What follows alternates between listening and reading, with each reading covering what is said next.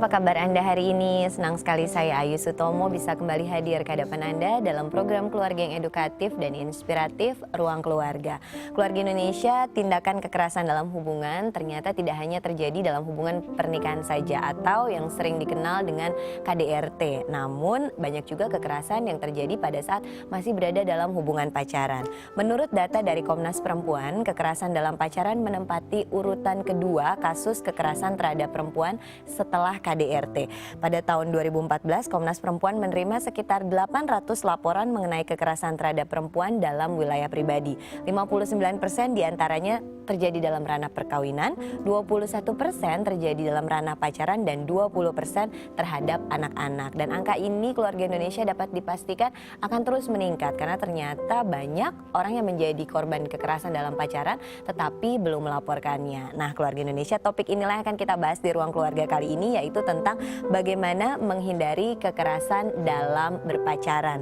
Jika mengalami kekerasan, apa yang harus dilakukan, dan kemudian bagaimana sih agar terhindar dari kekerasan dalam berpacaran. Itu semua akan kita bahas lengkap keluarga Indonesia di Ruang Keluarga kali ini. Dan untuk keluarga Indonesia di rumah yang mungkin punya pertanyaan seputar topik ini, Anda kami tunggu di nomor 021 2903 2644 atau via Twitter di @dai_tv dikasih hashtag Ruang Keluarga. Sebelum kita berbincang lebih lanjut mengenai topik mengatasi kekerasan dalam berpacaran, kami telah menyiapkan satu tayangan yang berisi pendapat dari keluarga Indonesia di rumah tentang topik yang akan kita bahas kali ini. Seperti apa tayangannya? Simak yang berikut ini.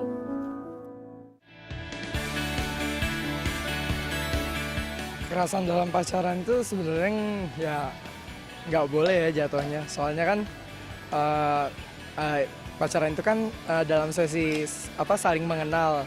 Semestinya kita nggak boleh ada kekerasan dalam pacaran.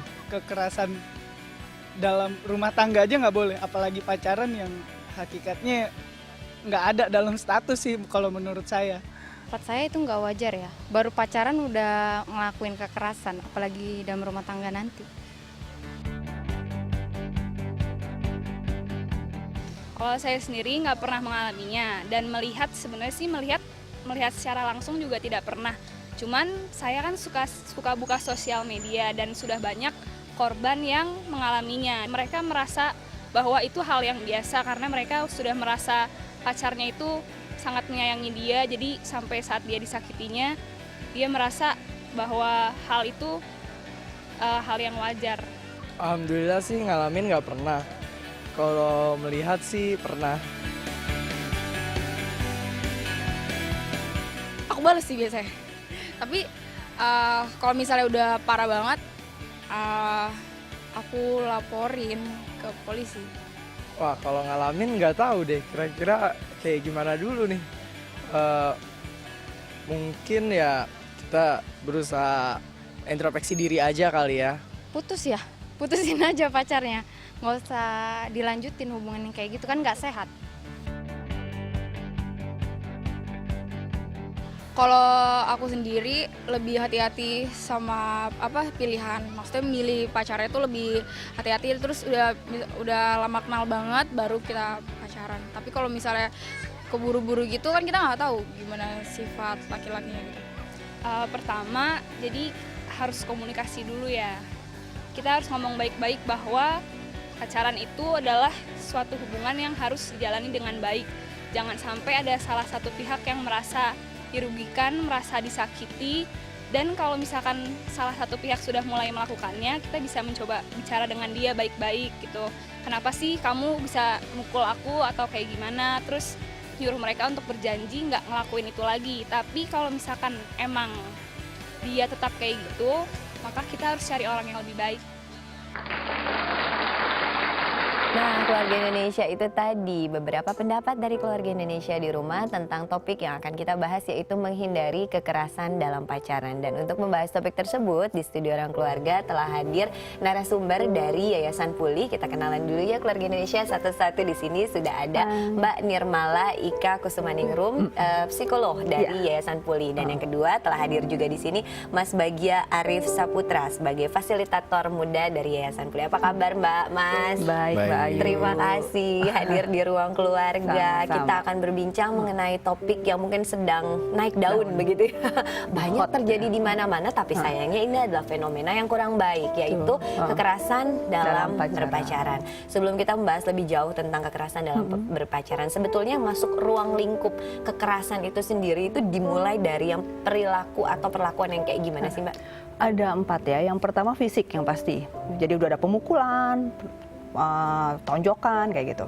Kemudian secara psikis juga. Psikis ini bisa dari yang kata-kataan, hinaan, merendahkan, perselingkuhan, itu juga masuk ke fisik. Kemudian seksual, jelas ya.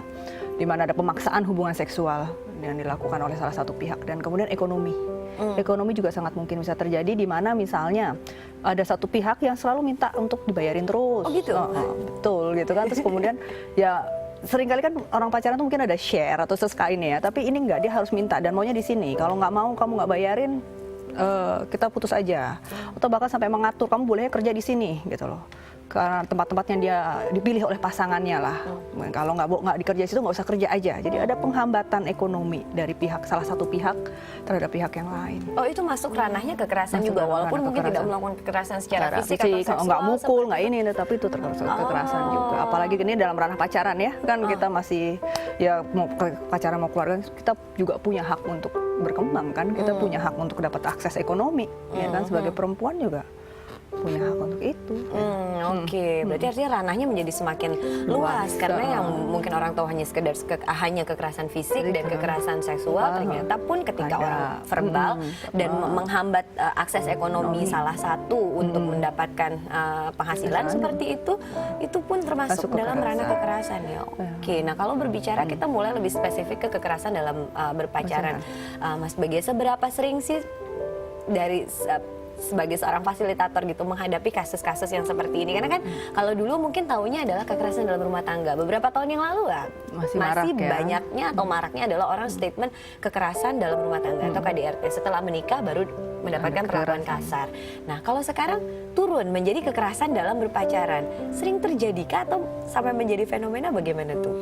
Sayang sekali memang itu sering terjadi. Dari angka Komnas Perempuan tadi itu hanya yang terlaporkan, sementara yang tidak terlaporkan itu jauh lebih banyak. Dari hasil yang saya temui di lapangan ketika melakukan fasilitasi ke anak-anak SMA atau kuliahan, ketika mereka share ya, bercerita soal pengalaman mereka atau mereka mendengar cerita dari teman-temannya atau saudaranya, ternyata kekerasan dalam pacaran itu banyak sekali terjadi gitu, dan kadang bahkan mereka tidak menyadarinya gitu kalau mereka sedang berada dalam hubungan yang tidak sehat seperti itu. Nggak disadari bahwa mereka berada dalam satu hubungan yang dalam tanda kutip nggak sehat gitu. Betul. Memang biasanya apa sih yang menjadi penyebab kekerasan dalam berpacaran itu terjadi?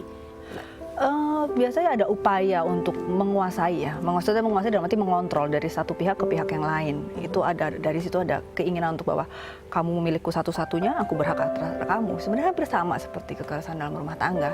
Cuma bedanya ya rumah tangga sudah ada pernikahan, sudah ada ininya, ini belum ada. Tapi keinginannya sama, keinginan untuk mengontrol satu pihak supaya dia, dan kemudian juga keinginan untuk menunjukkan bahwa dia punya power terhadap pihak ini, terhadap mostly terhadap perempuan ini gitu kan. Dan itu makanya yang terjadi gitu loh, bahwa mereka berharap itu gitu loh, dengan mengontrol. Apalagi kan misalnya sekarang sering terjadi juga banyak sebenarnya perilaku seksual ya, Bek ya. Perilaku seksual sudah terjadi pada saat masih pacaran. Dan itu dijadikan alat lagi juga untuk pihak yang mengontrol ini sebagai alat bahwa kamu tidak bisa lepas dari aku. Karena kamu sudah, ya terutama bila perempuan ya, kamu sudah tidak perawan, siapa yang mau sama kamu gitu kan. Dan itu dijadikan lagi media untuk mengontrol dan untuk menunjukkan bahwa saya punya power. Mungkin hal itu yang dia seringkali kan gitu, semua orang butuh punya bahwa saya itu seseorang ya kan. Setiap orang butuh itu gitu. Pengakuan ya. Pengakuan siapapun lah, laki-laki dan perempuan. Nah, di beberapa orang dia cara mendapat pengakuannya dengan itu. Dengan bisa menunjukkan bahwa saya menang di atas seorang perempuan ini gitu kan. Mungkin dia tidak bisa menunjukkannya di sekolah, misalnya kalau dalam kasus anak-anak di sekolah ya, dia tidak bisa menunjukkannya di sekolah, tidak terlalu tidak bisa juga di rumah mungkin. Nah, sekarang ada seorang perempuan yang mau sama dia dan sepertinya kok mencintai dia, ya dia gunakan hal itu untuk menunjukkan bahwa saya seseorang dibuat dia. Kekerasan tersebut tidak disadari. Begitukah tipikalnya? Apa ada orang yang memang benar-benar nggak menyadari bahwa dia menjadi korban kekerasan dan menikmati itu, atau gimana, Mas? karena memang kita tidak terbiasa dididik ya, terekspos tentang pengetahuan mengenai kekerasan ini, banyak yang tidak sadar pada akhirnya kalau memang kita berada dalam hubungan yang tidak sehat gitu. Bukan berarti mereka menikmati sebenarnya, cuman mereka menganggap ini sebuah hal yang wajar gitu. Dan ini karena ketidaktahuan mereka, makanya itu penting sekali edukasi ke anak-anak muda gitu mengenai kekerasan ini bentuknya seperti apa. Dan tadi kan Mbak Ika juga sudah menjelaskan bahwa tidak hanya kekerasan fisik, ternyata ada psikis, verbal, bahkan kekerasan ekonomi gitu. Dan itu hal yang banyak ya anak-anak muda sekarang nggak tahu gitu. Dan itulah mengapa mereka tetap bertahan dalam hubungan yang tidak sehat itu. Gitu. Tidak nyaman, tetapi merasa bahwa memang wajar dan pantas hal ini terjadi dalam satu hubungan. Mungkin dianggap gitu sebagai ya. pengorbanan Sebagai dalam bercinta. Ya, dalam semua relasi ada pengorbanan, dan ini pengorbanan saya karena saya mencintai dia. Seperti itu. Nah, batas wajar tidak wajarnya inilah yang perlu mungkin banyak diedukasi Edukasi, kepada betul. yang muda begitu. Iya. Oke, kita akan lanjutkan perbincangannya Keluarga Indonesia. Keluarga Indonesia di rumah mungkin punya pertanyaan seputar topik ini. Kami tunggu Keluarga Indonesia di nomor 021 2903 2644 atau via Twitter @dai_tv dikasih hashtag Ruang Keluarga. Dan kita akan melanjutkan perbincangan selepas informasi menarik yang telah kami siapkan untuk Anda. Tapi sebelumnya satu lagu dulu ya Keluarga Indonesia dari Kak Bosko. Silakan Kak.